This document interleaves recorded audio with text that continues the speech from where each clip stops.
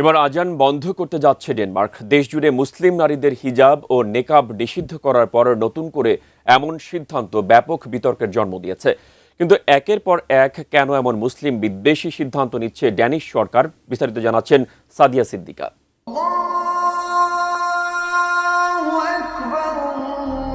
ডেনমার্কে ক্রমবর্ধমান ইসলামীকরণ ঠেকাতে দেশজুড়ে আজান নিষিদ্ধ করার বিতর্কিত পরিকল্পনা নিয়েছে দেশটির সরকার।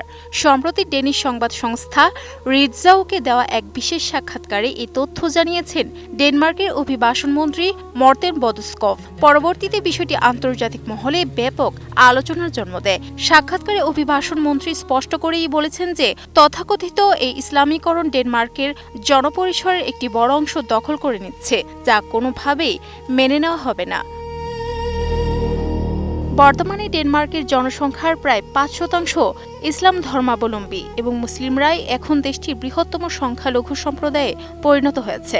এমন বাস্তবতায় ডেনিশ জনপদে আজানের ধ্বনি বন্ধ করতে অনড় অবস্থান প্রকাশ করেছেন বদস্কভ।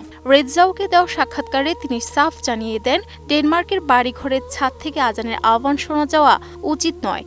ডেনমার্কে ইসলামীকরণের কোনো সুযোগ নেই উল্লেখ করে তিনি আরও বলেন, ডেনমার্কে ঘুরে বেড়ানোর সময় যদি কারো মনে হয় যে তিনি ইসলামাবাদের কোনো উপশহরে এসে পড়েছেন, তবে সেটি হবে অত্যন্ত সমস্যার।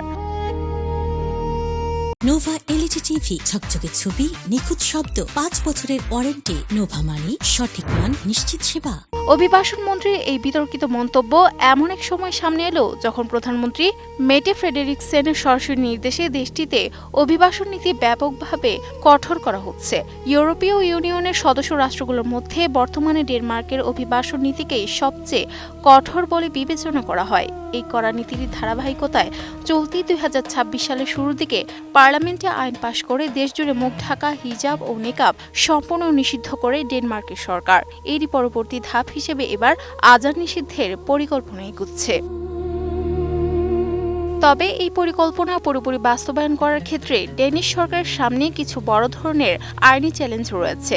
ডেনমার্কের সংবিধানে প্রতিটি নাগরিকের মুক্তভাবে ধর্মচর্চার অধিকারকে পূর্ণ স্বীকৃতি দেওয়া হয়েছে। ফলে এই সিদ্ধান্তের বিরুদ্ধে তীব্র আপত্তি তুলেছেন সমালোচকরা। তাদের স্পষ্ট যুক্তি, সরকারের এই নতুন পরিকল্পনাটি একটি নির্দিষ্ট ধর্মকে অসামঞ্জস্যপূর্ণভাবে লক্ষ্যবস্তু করা হয়েছে, যা সরাসরি ব্যক্তি স্বাধীনতা ও ধর্মীয় স্বাধীনতায় হস্তক্ষেপ।